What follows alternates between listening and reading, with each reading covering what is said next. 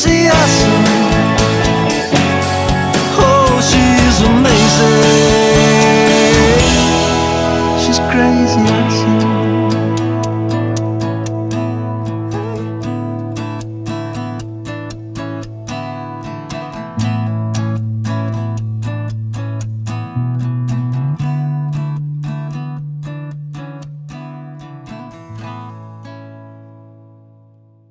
Is it working? I think it's working. Okay, good. Right. Hey! Hey! Hey! Welcome to Coffee Talk with Brandy. I have my amazing friend Jason here, who I've known Hello, everyone.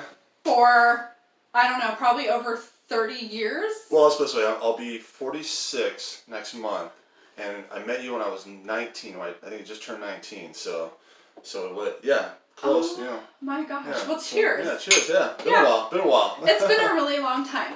And so Jason reached out to me recently, and he told me he was pretty excited about what I'm doing and about Coffee Talk with Brandy. And he feels very strongly that he wants to share some of his story. And I'm so grateful for that, because this is why we're doing this stuff. We want people to feel empowered in their own lives. And the more we talk about everything mental health and just our lives in general, the better we're going to be, because we're going to feel more supported. So... Yeah, you know, I think the platform you have here is great, and especially in today's world. I think a lot of our youth gets misunderstood. I think there's a lot of underlying diagnoses that a lot of kids may have, or even adults that are not being treated. And I think that sharing my story and talking about it, maybe will help somebody to relate to maybe what they're going through, or maybe some signs they might see in their kids or family members or whatnot. But I can tell you right now, let's go like where I am today, right now. So it's been probably about 2 years ago that I got to a point where I was going and seeing doctors and being put on medication, because I was all these different things going on that we can kind of touch on in a minute. But it got to a point where my doctor said to me one day, she's like, you might need to go see a psychologist. And I was like, whatever it takes for me to get some normalcy in my life, I'm willing to do anything. So I went and saw a psychologist, did the evaluation, kind of gave her my entire life story, which is funny because she was so patient with me, because man, when I'm talking 100 miles an hour and I can't stop, it's like, she's like, okay, Jason, slow down, take me back to this again. I'm like, yeah, anyway. So where I am right now is I've been diagnosed with OCD. I have adult ADHD, and surprisingly, I have depression, which I didn't even realize I had. So those are the 3 diagnoses I have. And I can tell you that right now in my life, I'm pretty normal functioning, but there's reasons for that. But internally, those are the things that I've been battling. And so that's where I am right now. Yeah. Yeah. Well, I appreciate you being brave and sharing that with us. And it's so important to self-reflect and learn about where we are. And, when we can do that and create these conversations, we're really getting rid of the shame that is behind that. Because sometimes that shame creates barriers from us getting help. Yeah. And this is something you've experienced most of your life. So can you share with us what it was like as a youth, not knowing that you were experiencing these things? Like, what was it like? So we kind of touched on this before the cameras were rolling. So in the 80s, it was a different time. I mean, I say that you're always outside, you're always doing things. So I think when you have adult ADHD, you got the hypertension, you're excitable, you have a lot of energy to burn. Well, during that time, it was really easy. I mean, I'd ride my bike down to the BMX track down by Autzen, or I'd be skateboarding from Springfield all the way out to West 11th. So I was always going and doing things. I think that probably helped to kind of burn off a lot of that energy. But when I was at home, I would find I was always reorganizing my bedroom. So if it was pinups, if it was dusting, if it was cleaning, I always had to have my room immaculate. And I always thought I was just an organized person. I mean, I was doing my own laundry by the time I was in 6th grade.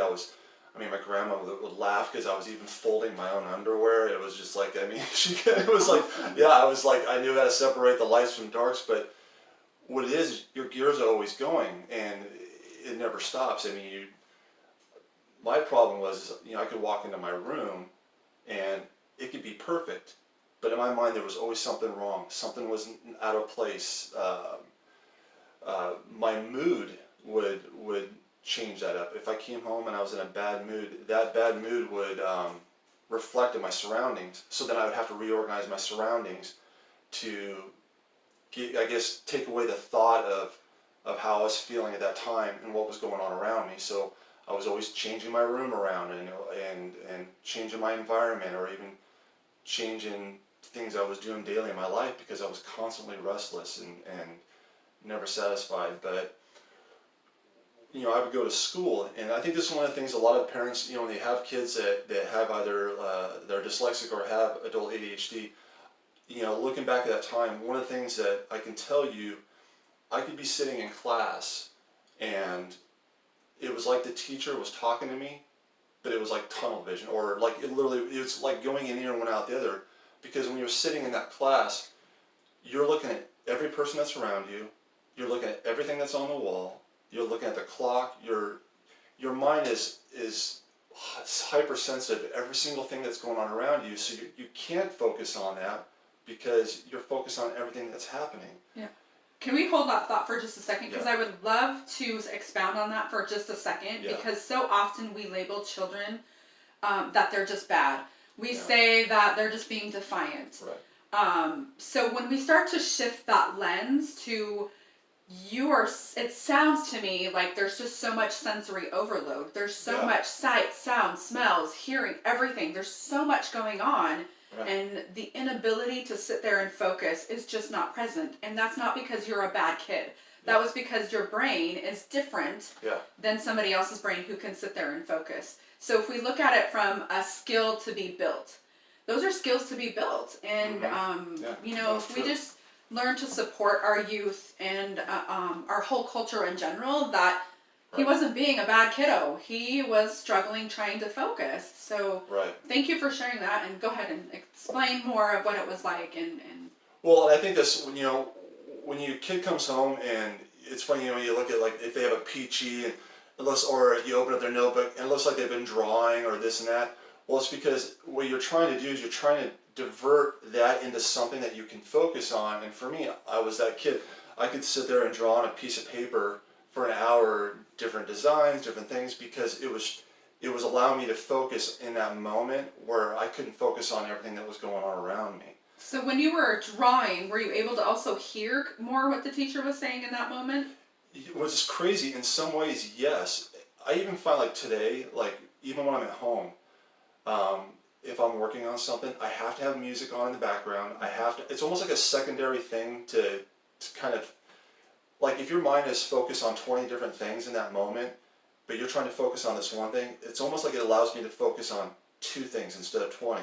And it keeps my attention more into one area. So strangely enough, even having a TV on in the background, even if I'm not watching it, it allows me to focus a lot easier. Yeah. Well, and can I stop for a second Yeah. too? I really appreciate that, because working in the mental health field as I do, and so often now, every single time I go to a training, there is everything from colored pencils to fidgets to paper. Studies have shown that we need to regulate our bodies and our emotions in certain moments. So I think it's really important. Right. It doesn't mean some kids might be more distracted actually doing that, and then some kids it might actually help them to learn better. So I think it's just important as we're talking about that, because I support families who have children who experience emotional, mental, behavioral challenges. And in that, there's so often I'm working in schools, and there's just these challenges because there's this negative thought pattern that kiddos are just not really wanting to do their work. So it's just asking our culture to start shifting that thinking to being curious about why that youth is doing that, and how do we support them, and how do we give that environment, and also supporting our teachers as well, because teachers in our schools have hard jobs. So I just want to validate that too. Well, and I think I want to touch too is, sometimes these kids, they might have challenges learning in the environment that they're in, but the thing that I have found is there's a lot of creativity going on. These kids are very smart. They're just I always say you're just doing it in an alternate way. For me, what I found is I didn't have all the resources that's available today. So for me, it was a lot of trial and error, and I will say probably more error than anything else. I mean, probably more failures than successes. You know, for me, because when I got into high school, they thought that maybe I was dyslexic at the time because ADHD or ADD wasn't really kind of a commonplace. So it was kind of like, well, maybe that's the way he is. But I wasn't one of those guys that was writing my 6s and 9s backwards really or anything like that. It was just I could not focus on what was going on. But what was strange is like if we were watching a movie in class, I could somehow, because I think what it does is it darkens everything else around in the room, and then you're literally just kind of focused on that one thing, and it just, I think it made it really easy for me to focus on that, and but it created a lot of struggles. I graduated with basic math. I mean, math I'm terrible at still to this day. Oh, me too. Yeah, I mean, I've always said, you know, if I went back now as an adult, I've always said, I think now if I went back and I took a math class, I could probably do really well at it because my drive to want to learn is a lot different. But I struggled a lot as a kid learning, but I found just little different things. I don't know why, it was strange. So like my grandfather, he would have like a National Geographic, and sitting through like a history class in school, it's like going in here and one out the other. But those National Geographics would show up every single month, and the pictures and having something visual to go along with the narrative really seemed to help, and being able to focus on, for me it created a real love of history by being able to do that. But where I started to notice the change was, and I'll give you a great example, is that when I went to get my driver's permit, I kept going and taking the test, and I'd be like, I know I'm studying this book, I'm trying, but it's like it's just literally just, it's like you're reading it, but you're not retaining it. So there would be times I'd be sitting there trying to read it like 5 minutes up until the point I was getting ready to take the test to try to like embed it, and I would still go and I would fail the test. And I remember like after 3 different times they were like, well, you want to try something different? I'm like, well, what can we do? I don't know what I'm doing wrong. I mean, I can't study any better. Why don't you put headphones on and have it talk to you? And for some reason, having it being talked to me through headphones seemed to help me focus on what they were saying. Because my problem is, and I realized as I got older, is that I tend to overanalyze the question. So instead of just looking at a question like what's so-and-so doing and how do you resolve, I would start in my mind dissecting the entire question and creating this whole different narrative out of the question, to the point where I didn't even know what the answer was anymore because I've already overanalyzed the question. And so, but I found that sometimes not looking at it, but having it talk to me made a huge difference. Well, and I really appreciate that because it brings the light on the fact that every single one of us learn different. I was also one of those people who had to take my permit test like 6 times. Yeah. And for me, I think it was the anxiety of the computer saying one more and you fail and all this stuff. And it's so crazy because I look back and I'm like, oh my gosh, of course I know those answers.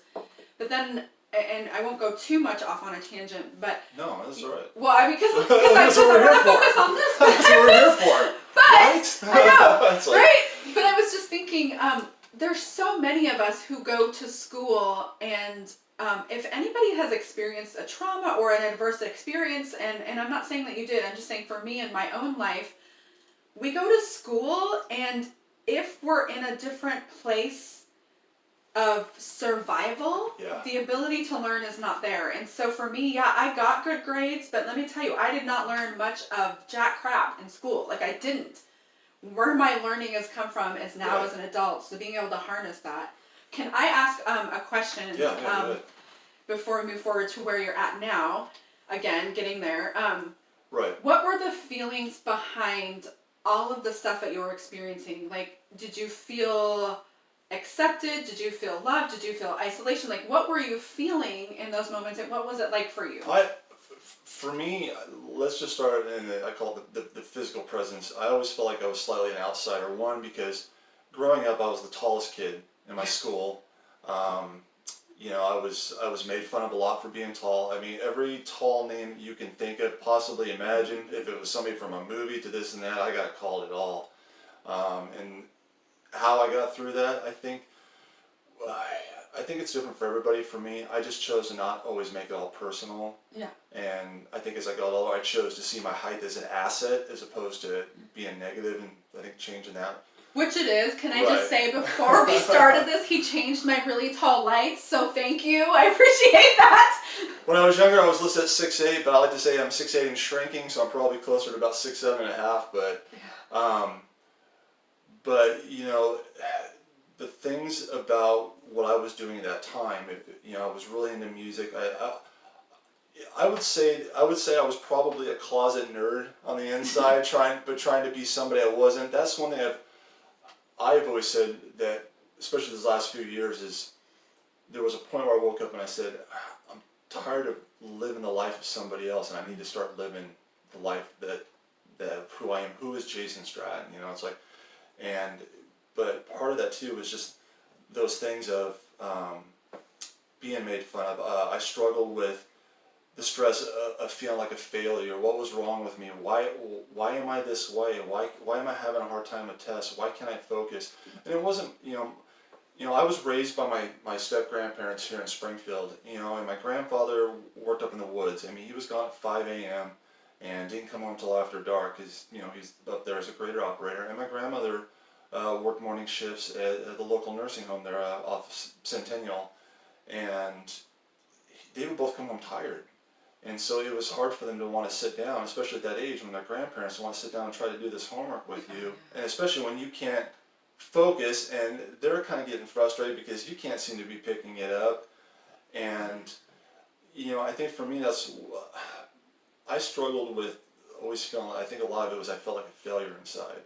And I felt like, what was wrong with me? Why was I weird? Why was I this way?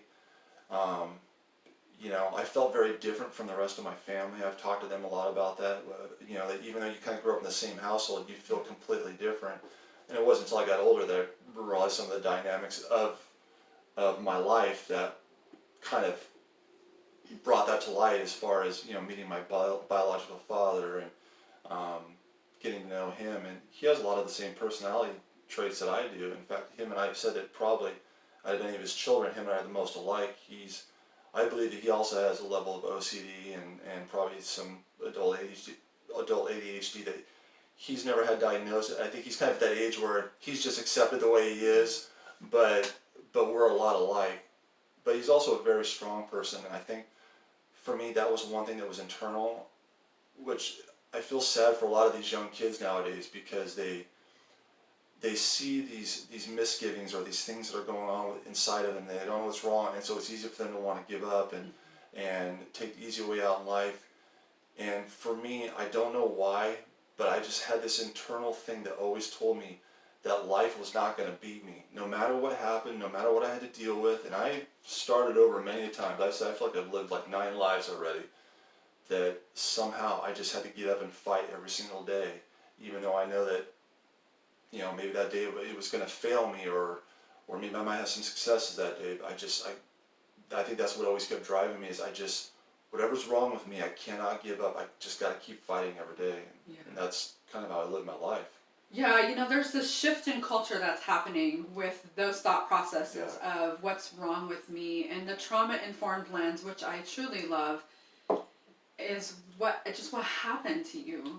There are things in our lives that happen. All of these things with connections in people or youth who were tormented, or teased and all that stuff. Because I was on the other spectrum, I'm short and heavier. So everybody will find an excuse to be negative towards you. And what I've learned as an adult, and now where I'm at now, is when people come into your space and are hurtful, it's never about us. It is about them and their own pain, and so they're projecting it on us. But it's a beautiful thing to come to terms with knowing that we are not responsible for somebody else's thought about ourselves. Yeah. But it's hard, and it's not always easy. So as an adult now, and you said you've reached out, like, what's the difference for you? What has reaching out done for you, and where are you at with everything that you've learned about yourself? Well, let's do this. We'll jump in. With reaching out, well, I can tell you right now, today like even doing this has been a big step for me because, you know, there's only a few people that I've actually told, you know, that I have these diagnoses, and you know, there's still that part of you and you feel like, are they going to judge me? Are they going to look at me differently as a friend? You know, now all of a sudden, am I the annoying friend? Am I the, you know, I struggle with that. I mean, I can't tell you how many conversations I have with my wife about how I am as a friend towards others and how I perceive them towards me, and I struggle with that. And some people will say, well, you should just learn to let it go. Well, maybe a normal person kind of think that, but when your gears are always going, you're analyzing, you're thinking about what was I doing in that scenario? Did I irritate them? Did I do this and that? Am I being too caring? Am I, you know, you're constantly questioning a lot of things. You know, what more or less allowed me to function over the years is I was in sales for a lot of years. Yeah. And in sales, you're constantly having to think on the fly. You're multitasking. So in that time, the way I thought it was an asset because I thought, man, I can do this and that. Things are, you know, you're utilizing a lot of this energy going on in your mind. And I would come home and, well, I'll tell you, I'd be mentally tired. Yeah. And as I got older, I noticed a lot of it was really my wife that pointed this out, is I was very impulsive. It's like I'd see something that I wanted, and instead of researching it, it's like my mind already told me, no, you got to have it right now. Yeah. So I would buy it, and then 2 days later I'd be like, oh, I don't need it anymore, I'm just going to give it away. Yeah. You know, because you're not taking that time to research, you're not taking that time to step back and think, because again, the gears are going, and it's time you got to do in that moment. Yeah. But as I got older, I realized that it was starting to wear on me. And so I had this thing where I said, you know, by the time I was 40, I needed to get out of that life because I felt like it was wearing me down. It was creating isolation. I was getting tired of people. I didn't want to be around anybody. I would get irritated real easy. And I found myself being alone a lot. In fact, even on my days off, most of the time I'm by myself. I'm always working on a project. I don't really hang out with anybody. Because I just find that it's almost easier for me to be by myself than have to, I guess in some ways, be a burden onto somebody else if my personality is impacting them in any way. And I say it because I have a lot of friends I've known for a lot of years, and sadly a lot of them I don't do anything with, and I've always wondered if it was because of the way I am that they just don't want to hang out with me or something like that. And you know, that's one of those things I've had to learn to kind of work on and let it go. And the best thing I can do is just always keep reaching out and, you know, being a friend and doing the best I can. But when I left my job in sales and I started working for a distributing company, it became more the physical aspect of it. It wasn't so much up here, but it was more the physical aspect. But what I found is I was going home and I was rearranging my entire house. I'd go work on my yard, and I would go out in my yard at like 8 a.m. in the morning, and I would work non-stop until 8 or 9 o'clock at night, not drinking water, it was like, because your mind, you're so obsessed and you're so focused on it, it's like the thought that I couldn't walk away from it for the day and come back and work on tomorrow, it was like, I have to finish it today. And I started seeing this pattern progressively getting worse. You know, my wife would leave for work at, you know, 6:30 in the morning. As soon as that door would shut, I would get up and be like, I'm rearranging my entire living room today. Not only that, I'm going to paint the walls, and I'm also going to rearrange my bedroom, and I'm going to work on the garage, and I'm also going to work on the yard. And she would come home and it'd be like the entire house would be changed. But we also noticed that when things negatively would happen in my life, or something would go wrong, going back to when I was a child, the whole, like, when something negative would happen, for me, I had to change my environment. Because it felt control. You had control over the environment, and it's really hard when you don't have control with other people. Yeah. And I just want to reflect to you, because I'm hearing a lot of, I hear some pain, just that you're worried about other people, and you know, that's so many of us. I mean, we're always worried about how we impact others. Yeah. But I just want you to know, I have always adored you. You have always been such an amazing man who's just so kind. And so I just want to reflect that, and I hope that you can accept that love, because you are such a good soul.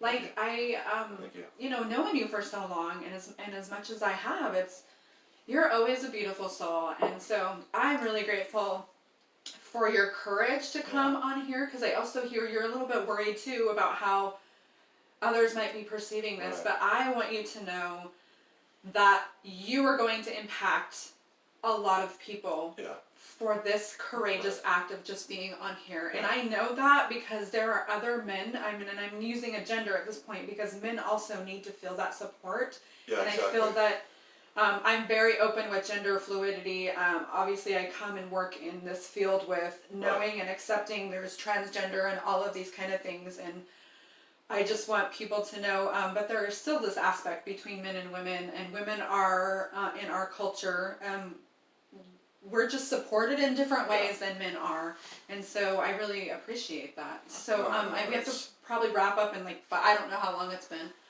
Cool, we are awesome.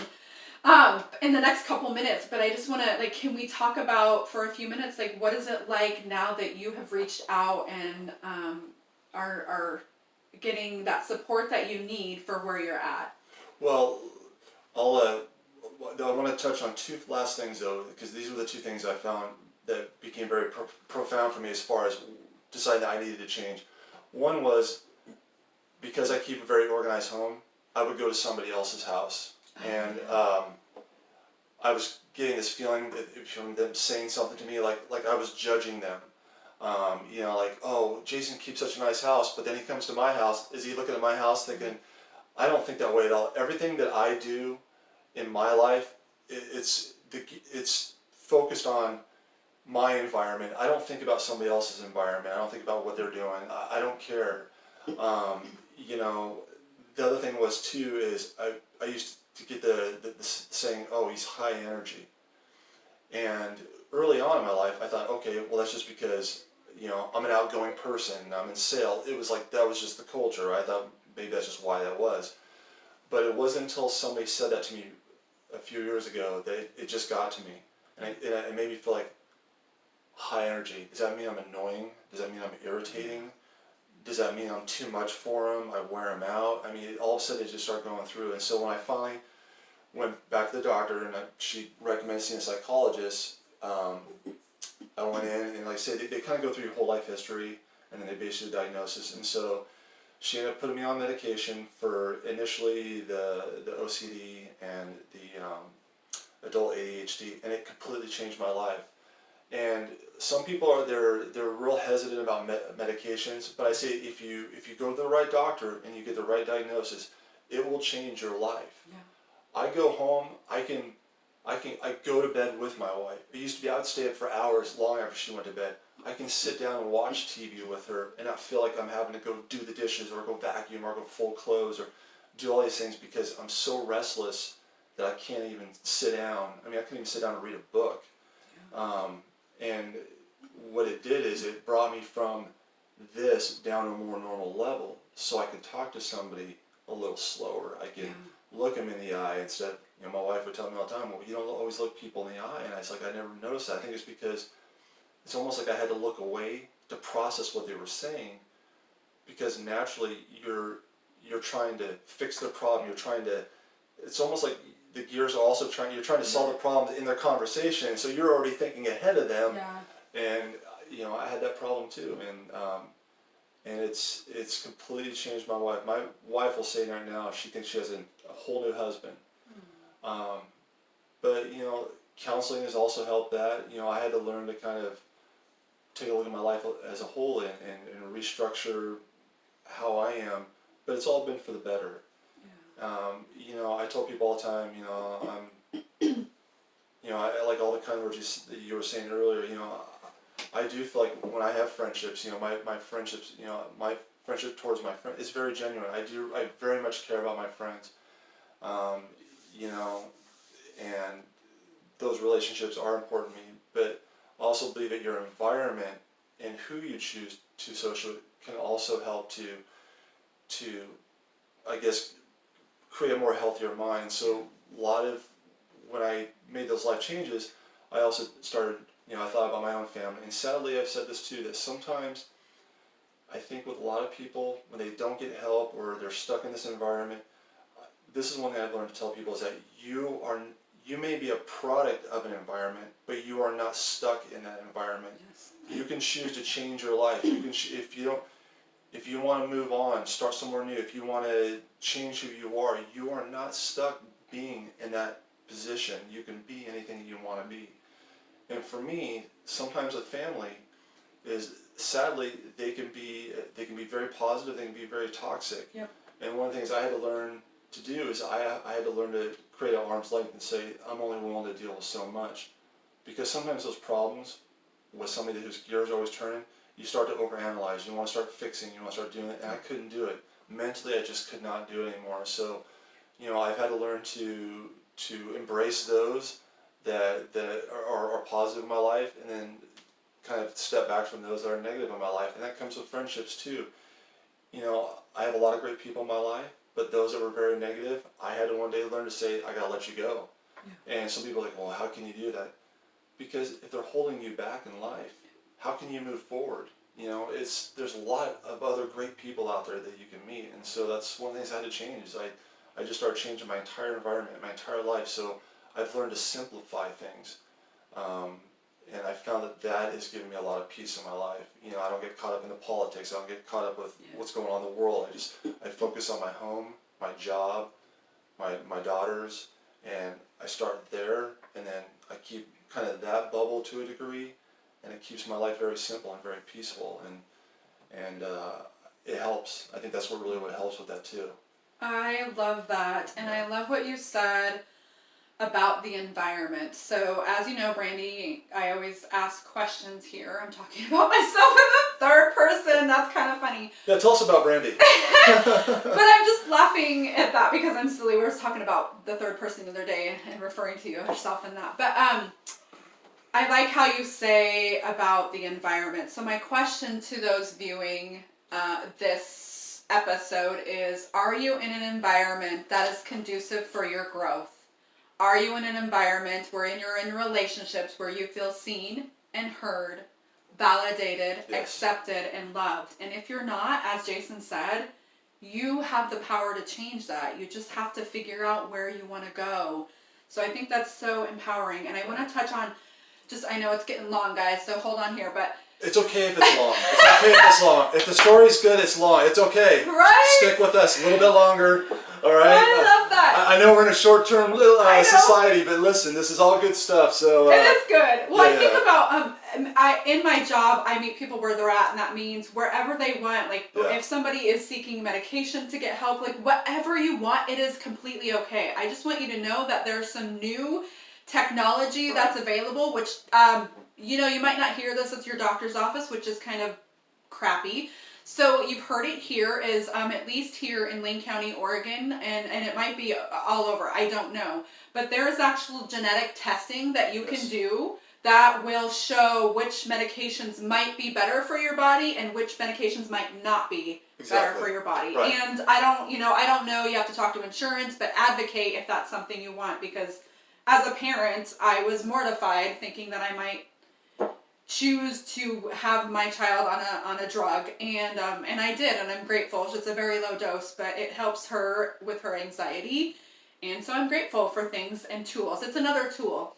And there was another thing. Oh, I know what we haven't touched on yet: the depression aspect. Oh yeah. Okay, so I'll tell you the story of where it really first started. Yeah. So about 2012, I was a volunteer firefighter for the Coburg Fire District. Oh, yeah. And I was all in, very dedicated, trying to go as many calls as I could. I was doing the stair climbs. I was doing Parkinson's walks. I was all in 100%. And it was like one day I just woke up, and all of a sudden, it was like my entire mentality changed. It was like I didn't have the drive anymore. I didn't want to go to drill anymore. I just, like, the will to even get up and go, it was like I didn't have it anymore. And so I ended up walking away from it because I couldn't understand why this was happening. I was like, well, how can I go from being all in to now all of a sudden the joy is just gone? It was gone. It was like overnight. It was just gone, and I couldn't figure out why. And so I went to see a doctor, and of course, they naturally put you on what they think if it's like Prozac or something like that. Yeah. And it would seem like it would work for a little while, but then it wouldn't work anymore. And so I just kind of went away and accepted the fact that, maybe that's just the way I am. Maybe that's part of this mentality of, like you're all in, but then as quickly as your mind is telling you you're all in, it just pulls you away, and now all of a sudden you're onto something else. Well, when I was seeing my psychologist, I hadn't seen it, because there's usually about a 3-month interval after you've been established. Yeah. And I can remember going in, and she's asking me questions like, "How are things going?" "Oh, it's okay. I was into bow hunting, and I've just given up now." "Well, why?" "Well, because nobody wanted to go hunting with me. It's like I hate to say it, I guess because playing sports, you kind of become codependent. You want to experience it with somebody. I'm not one of those guys that just wants to go out by myself and just do it by myself. Well, I'm challenging that thought because I think it's connection. Yeah. I think we all need that connection. Yeah. So what I'm hearing, and I could be wrong, Yeah. is that you were looking for some connection too, because we all need that. Yeah, Connection no, makes us feel like we belong. Absolutely, and you find joy in that, and I find joy being around others that have that same passion, and it's very motivating. I mean, I think that's what it is. Sometimes it's like you have to know when to lead and know when to follow. Yep. And there's been times when I've led, but sometimes I love to follow those that have that, and it helps me. I don't know why it does, but we were sitting there, and she was asking me all these different questions. Everything was just, "Oh, I don't care anymore. Oh, it sucks." And first two things she said to me, she's like, "Well, I can see that you're agitated." And I'm like, "What?" I'm just sitting there like this in the chair, and I'm like, "I'm agitated?" I'm like, "What am I?" Fidgeting my hands, which is funny because you touched on the fidget spinners. Yeah. Well, I wanted to touch on. I used to put a rubber band around my wrist, and I'd always take a rubber band, and I was always doing this to keep focusing Fidgets on. at its Yeah. finest. We made them Right. ourselves. Yeah. I just did the rubber band. I'd always have rubber bands around my wrist, and I was always doing that. Yeah. But apparently, I was agitated, and I didn't realize it. I was like, "Well, I don't feel like I'm agitated." Well, she said that a lot of times with guys, we don't realize that we're suffering from depression, and that my depression was coming out in the questions. Everything was very negative, very like giving it. And so when she told me, I was like, "Whoa, I didn't realize that I had depression."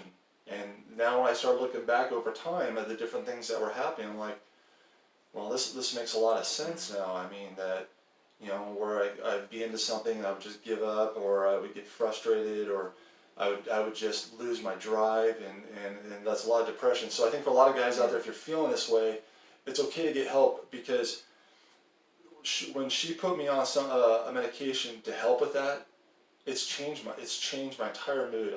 It just puts you back to normal. I always say that right medications, they just balance you out. If you're getting a little low, it brings you right back to the level, and it did. And for my wife, again, it's one of those things. She sees the difference. She knows. When I first started taking it, I thought, okay, I'm fine now, right? Yeah. So I stopped taking it. Oh, I don't need this anymore, Oops. right? Oops. And I can remember one day she said to me, "Are you still taking your medication?"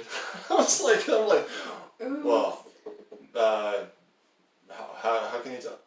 "I can just tell," and I didn't realize how significant somebody can tell when you're a lot happier and things are a little bit better, and then when you're off. So after that, I was like, you know what, I just need to take it. Yeah. And it's like I'll just take it, because obviously if she sees the impact, people around me see it. It's like, what's the worst that can happen? Oh, I'm normalized. I mean, it's so that's so I do that, and it's all changed my life. I mean, I'll tell you right now. Currently, right now, I'm very much at peace in my life.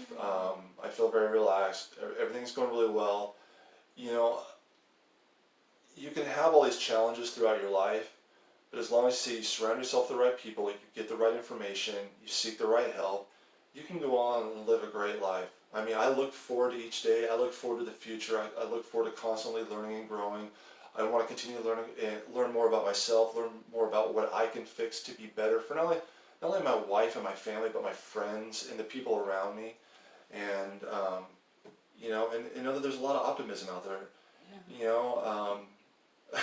I'm the guy with ADHD, and believe me, when I first heard that, I was just like, I had to laugh, but then it's like, you know what, when I look back on my life, it all makes sense now. And, you know, I will say this, looking at it, for some people it can be a stigma. I looked at it as, I am a person that is very creative. I think outside the box. I almost feel like in some way it gives me an advantage in situations because I can think real quickly. I told my wife, if I'm lost in the woods, I can come up with 50 ways to survive. I mean, I have that strength. Right, it's a strength. It is definitely a strength.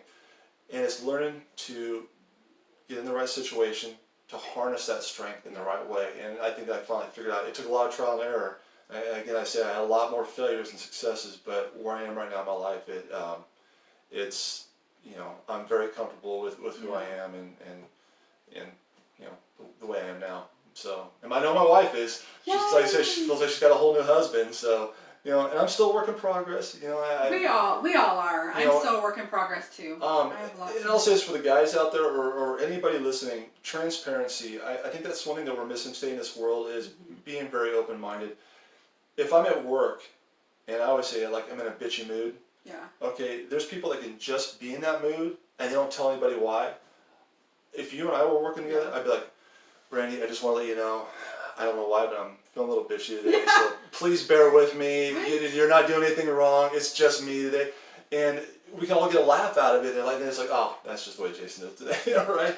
But I find that it really seems to help, I think, with people knowing how you are. Because I am those people, I can be very outgoing, and I can be very withdrawn. When I'm withdrawn, people are like, they assume that something's wrong. I'm like, no, sometimes the mind I just need to rest it once in a while. And I agree. Well, and that transparency piece is so helpful because as you were talking earlier, you were internalizing everybody else's behavior. And when we're able to like kind of let people know, like, hey, I'm kind of having an off day, it sets the tone. It's like, I'm fine, but I'm having an off day or whatever that looks like. The transparency, it's vulnerability.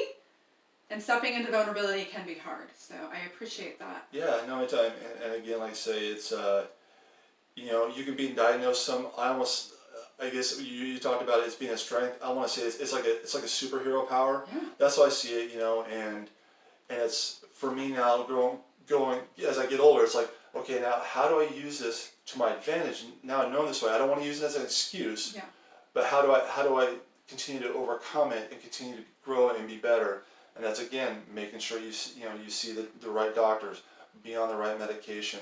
If it's seeking counseling, both my wife and I, we sought out counseling because when I changed, it's like she got a whole new husband. It's like now we had to learn how to recommunicate again because now all of a sudden I wasn't the impulsive, you know, out there thinking husband. Now all of a sudden I'm like this more relaxed, more like, well, maybe we should wait till tomorrow. Maybe I don't have to work on that project today. And it's like, and like in her mind, she's like, what? This is like a culture shock. It's like, what's going on? It's like, who is this guy? Where's Jason? What happened to him? Are you been cloned? It's like, you know, so. Well, I really like that.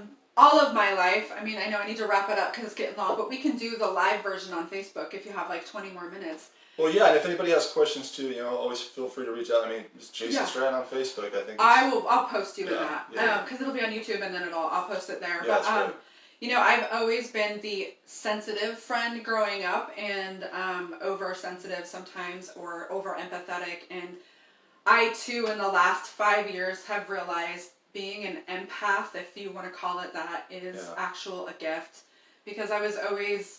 People would say, you're too sensitive, you're too this, you're too that, and I too would ask what's wrong with me, and now it's not. Nothing's wrong with me. I feel deeply for people and their pain, and so I want to harness that as well and give that gift to other people so that they can feel safe with me. Well, I'm going to leave you on this note. So I'm one of those people that I don't want to hold grudges. I want to be very forgiving, and you know, I can remember one time, I'll just say a family member said to me that it's like, why are you this way? It's like, it's almost like you're showing weakness when you show compassion. And I said, no, I think that it takes the strength to have the compassion when those that can't, that they're the ones that they're struggling with a weakness. And so for me, that's one thing I've learned in life is that, you know, be patient with people, have compassion, find forgiveness, and you'll also find that through that you will find a lot of peace in your life, and that's Yes. one thing too. You know, my mom suffered from a lot of mental health issues, and sadly she passed away. It'll be 2 months ago this year, and you know, my mom struggled for a lot of years, and you know, stepping out in the third person, I can look at her and I could see that, you know, if she could go back in time and have a redo, you know, she would have been a completely different person. But she had those struggles. But I will say, the last few years of our life, we really got the best of her, and you know, she's definitely missed. And yeah. It's hard. I'm sorry for your loss. I too have lost, as you know, both of my parents, and there's a lot of us out there that have. I mean, it's yes. you know, we're all. I mean, we've all probably lost someone or a parent, but you know, seeing my mom's mental health issues, I think there was a trickle down genetic effect that I've seen through all my sisters and everybody else. So, you know, be mindful of those things too. That, you know, that it's not always just one person. It could be a genetic thing, like you talked about that earlier. So it's generational. Yeah. Trauma, as they know, is passed down from generation to generation. So thank you for tuning in to Coffee Talk with Brandy today. Again, my friend Jason, who I dearly love, and I'm grateful that he came. So new and improved. have a great, yes. have a beautiful Cheers. day. I'll talk to you later. All right. You gotta turn it off for me. All right, turn it off. Okay. All right, we're turning it off right there.